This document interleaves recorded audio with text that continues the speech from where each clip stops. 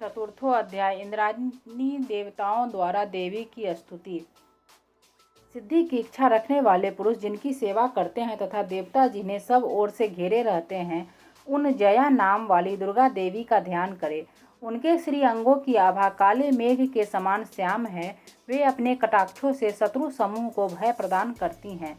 उनके मस्तक पर आबद्ध चंद्रमा की रेखा शोभा पाती है। वे अपने हाथों में शंख चक्र कृपाल और त्रिशूल धारण करती हैं। उनके 3 नेत्र हैं। वे सिंह के कंधे पर चढ़ी हुई हैं और अपने तेज से तीनों लोकों को परिपूर्ण कर रही हैं। ऋषि कहते हैं, अत्यंत पराक्रमी दुरात्मा महिषासुर तथा उसकी दैत्य सेना के देवी के हाथ से मारे जाने पर इंद्र आदि देवता प्रणाम के लिए गर्दन तथा कंधे झुकाकर उन भगवती दुर्गा का उत्तम वचनों द्वारा स्तवन करने लगे। उस समय उनके सुंदर अंगों में अत्यंत हर्ष के कारण रोमांच हो आया था। देवता बोले, संपूर्ण देवताओं की शक्ति का समुदाय ही जिनका स्वरूप है तथा जिन देवी ने अपनी शक्ति से संपूर्ण जगत को व्याप्त कर रखा है, समस्त देवताओं और महर्षियों की पूजनीय उन जगदम्बा को हम भक्ति पूर्वक नमस्कार करते हैं। वे हम लोगों का कल्याण करें। जिनके अनुपम प्रभाव और बल का वर्णन करने में भगवान शेषनाग, ब्रह्मा जी तथा महादेव जी भी समर्थ नहीं हैं। वे भगवती चंडी का संपूर्ण जगत का पालन एवं अशुभ भय का नाश करने का विचार करें। जो पुण्य आत्माओं के घरों में स्वयं ही लक्ष्मी रूप से, पापियों के यहाँ दरिद्रता रूप से, शुद्ध अंतःकरण वाले पुरुषों के हृदय में बुद्धि रूप से, सत्पुरुषों में श्रद्धा रूप से तथा कुलीन मनुष्य में लज्जा रूप से निवास करती हैं, उन आप भगवती दुर्गा को हम नमस्कार करते हैं। देवी, आप संपूर्ण विश्व का पालन कीजिए। देवी, आपके इस अचिंत्य स्वरूप का असुरों का नाश करने वाले भारी पराक्रम का तथा समस्त देवताओं और दैत्यों के समक्ष युद्ध में प्रकट किए हुए आपके अद्भुत चरित्रों का हम किस प्रकार वर्णन करें। आप संपूर्ण जगत की उत्पत्ति के कारण हैं।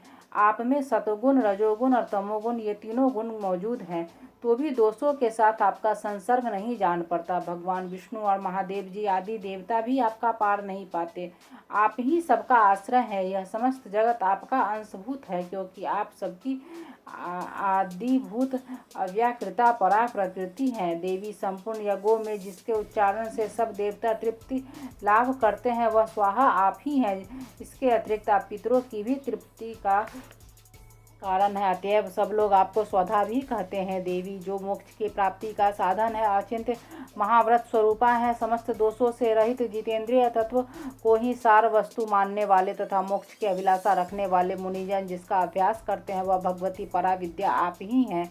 आप शब्द स्वरूपा हैं। अत्यंत निर्मल ऋग्वेद, यजुर्वेद तथा उद्गीत के मनोहर पदों के पाठ से युक्त सामवेद का भी आधार आप ही हैं। आप देवी त्रयी, तीनों वेद और भगवती छहों ऐश्वर्य से युक्त हैं। इस विश्व की उत्पत्ति एवं पालन के लिए आप ही वार्ता, खेती एवं आजीविका के रूप में प्रकट हुई हैं। आप संपूर्ण जगत की घोर पीड़ा का नाश करने वाली हैं। देवी, जिससे समस्त शास्त्रों के सार का ज्ञान होता है, वह मेधा शक्ति आप ही हैं। दुर्गम भव सागर से पार उतारने वाली नौका रूप दुर्गा देवी भी आप ही हैं।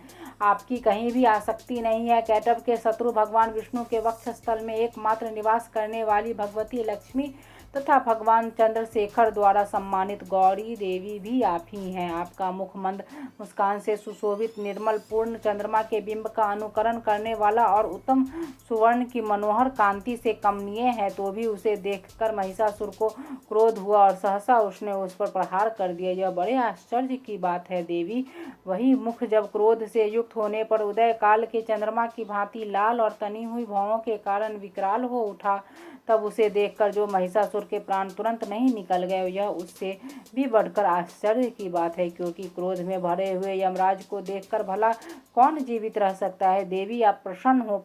परमात्मा स्वरूप आपके प्रसन्न होने पर जगत का अभ्युदय होता है और क्रोध में भर जाने पर आप तत्काल ही कितने कुलों का सर्वनाश कर डालती हैं। यह बात अभी अनुभव में आई है, क्योंकि महिषासुर की यह विशाल सेना क्षण भर में आपके कोप से नष्ट हो गई है।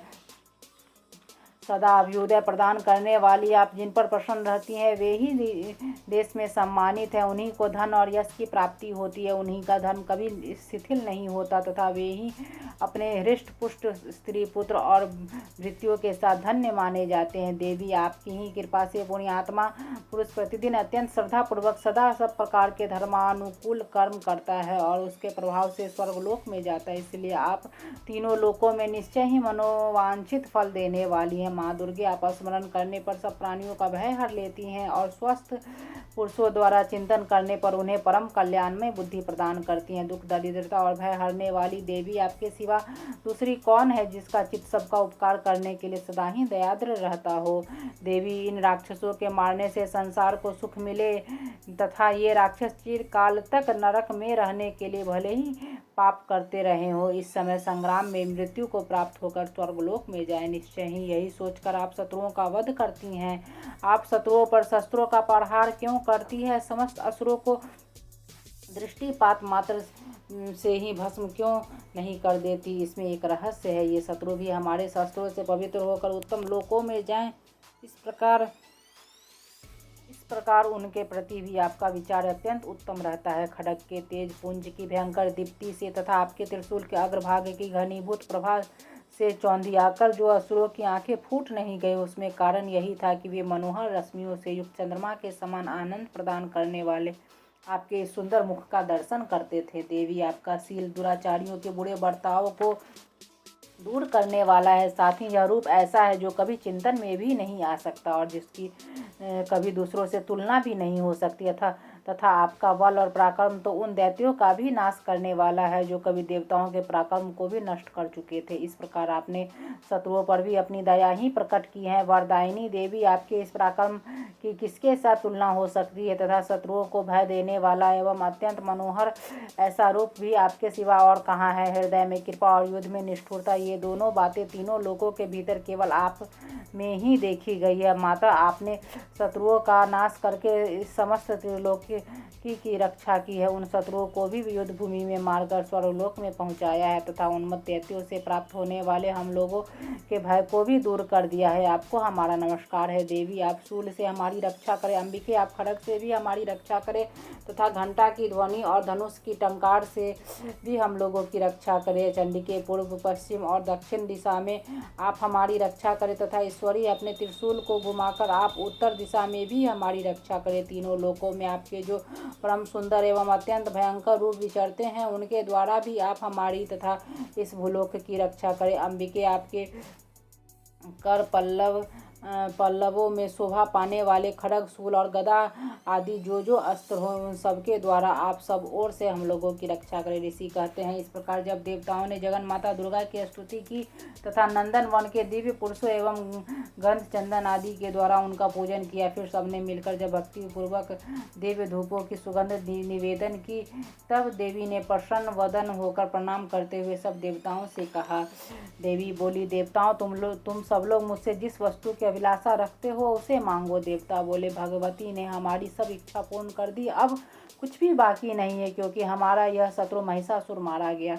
महेश्वरी, इतने पर भी यदि आप हमें और वर देना चाहती हैं तो हम जब जब आपका स्मरण करें तब तब आप दर्शन देकर हम लोगों के महान संकट दूर कर दिया करें तथा प्रसन्नमुखी अंबिके, जो मनुष्य इन स्तोत्रों द्वारा आपकी स्तुति करे उसे वित्त समृद्धि और वैभव देने के साथ ही उसकी धन और स्त्री आदि संपत्ति को भी बढ़ाने के लिए आप सदा हम पर प्रसन्न रहे। ऋषि कहते हैं, राजन, देवताओं ने जब अपने तथा जगत के कल्याण के लिए भद्रकाली देवी को इस प्रकार प्रसन्न किया तब वे तथास्तु कहकर वहीं अंतर्ध्यान हो गई। गोपाल, इस प्रकार पूर्व काल में तीनों लोकों का हित चाहने वाली देवी जिस प्रकार देवताओं के शरीर से प्रकट हुई थी वह सब कथा मैंने कह सुनाई। अब पुनः देवताओं का उपकार करने वाली ही वे देवी दुष्ट दैत्यों तथा शुम्भ निशुम्भ का वध करने एवं सब लोगों की रक्षा करने के लिए गौरी देवी के शरीर से जिस प्रकार प्रकट हुई थी वह सब प्रसंग मेरे मुँह से सुनो, मैं उसका तुमसे यथावत वर्णन करता हूँ। इस प्रकार से मार्कंडेय पुराण में सावर्णी मनवंतर की कथा के अंतर्गत दैवी महात्म्य में सक्रादि स्तुति नामक चौथा अध्याय पूरा हुआ।